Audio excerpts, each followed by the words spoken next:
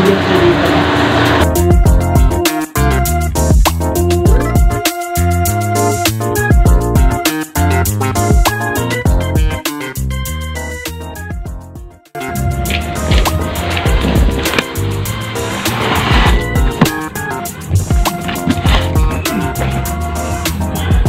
Welcome guys dito sa panibawang episode na naman ng unboxing slash review videos na gagawin natin. Ako pala si Universe, welcome dito sa channel natin. 3-in-1 welding machine 300 amps Alientech MEG 300 Predator. Hindi po ako yung Predator, mukha lang akong Predator, pero ito po yung i-vlog natin yun, ang Predator 3-in-1 welding machine. Basta pinapangarap kong welding machine at ito na siya ngayon. Link kung saan ko nabili ang ating welding machine, check na lang sa baba. I-unboxin natin.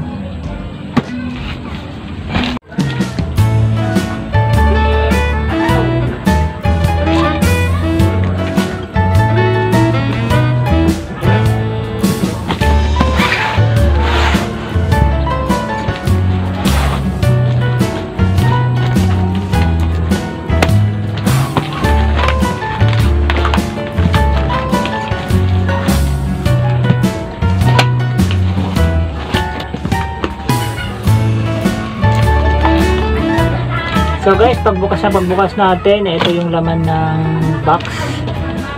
Makikita nyo agad yung ground. May libre silang brush para sa ito, para ito. Ito nga yung ground.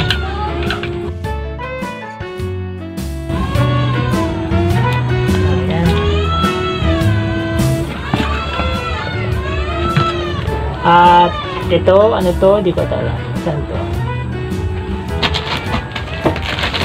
At itong sa MEG, ito yung hose o wire nga sa MEG. Check natin mamaya. At syempre, ang ating ito pala, siguro dito yun.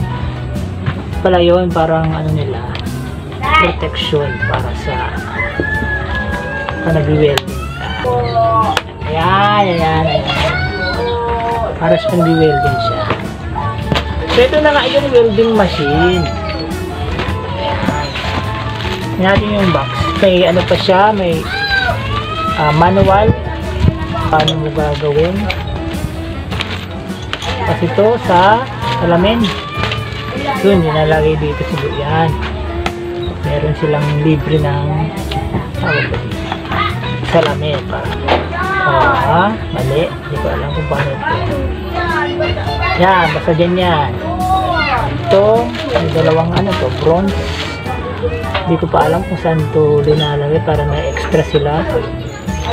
Yan, balik lang natin. At bukod dyan, wala na. At diretso na tayo dito sa machine. So, yung pagkakabalot niya, maayos talaga, malinis. At sabi mong safe, may mga bubble wrap, naka-plastic pa. Bakit ang gagawin natin? Oops. Ayun, naka-plastic. Wow! Perfect! Predator Alientech. Ayan, may mga saksakan.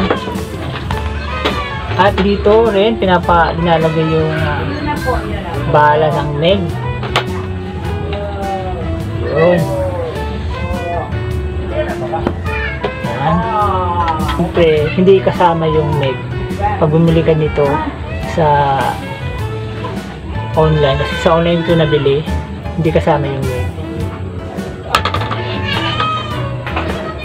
Meron pa pala dito.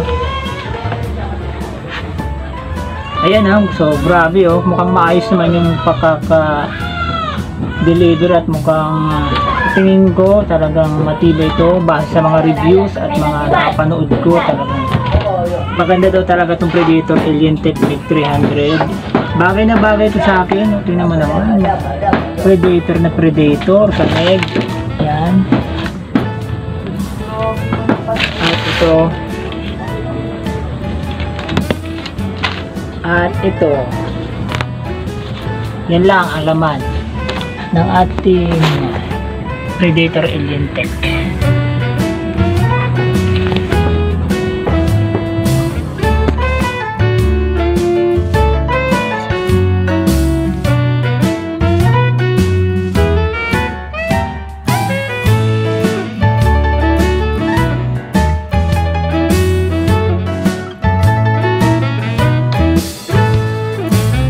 Mga ka-channel, huwag natin itong patagalin. Kailangan natin itong i-demo para sa inyo. Tara, may gagawin tayong project at excited na ako. Let's go!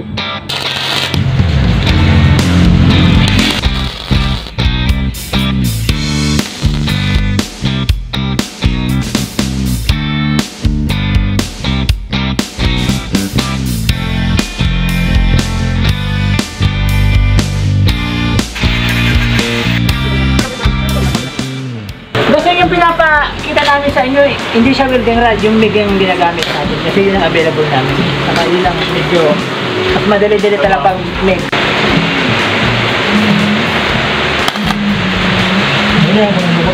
So kung may mga expert o mas marunong na nakakapanood nito, halata nyo naman na hindi kami marunong, di ba?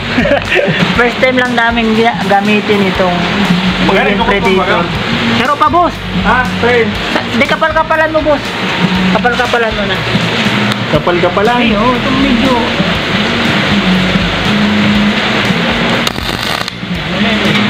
Yan. Bakit mo? Ayos na. Bangis ka ba? Diba?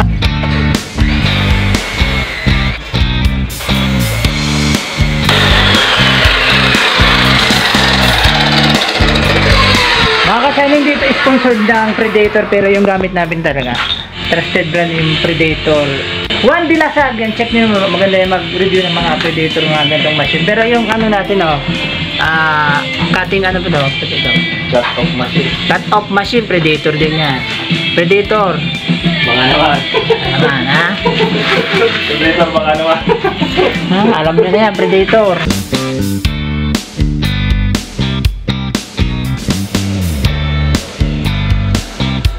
Tama, 80. Ayun guys, pag nag-MIG welding machine, kailangan 80% yung settings ninyo. Sa tubular. Tubular, sakto lang yan. Bakit sa Predator, not just 1, 2, but 3. 3-in-1 Predator Alien welding machine. Welding machine na Alien Predator. Ito lang pinapangarap kong welding machine. Yan ang vlog natin. At may project kami ngayon at gagawin, try namin gagawa ng estante gamit yung mga tubular na. Gamit syempre yung MIG na Predator welding machine.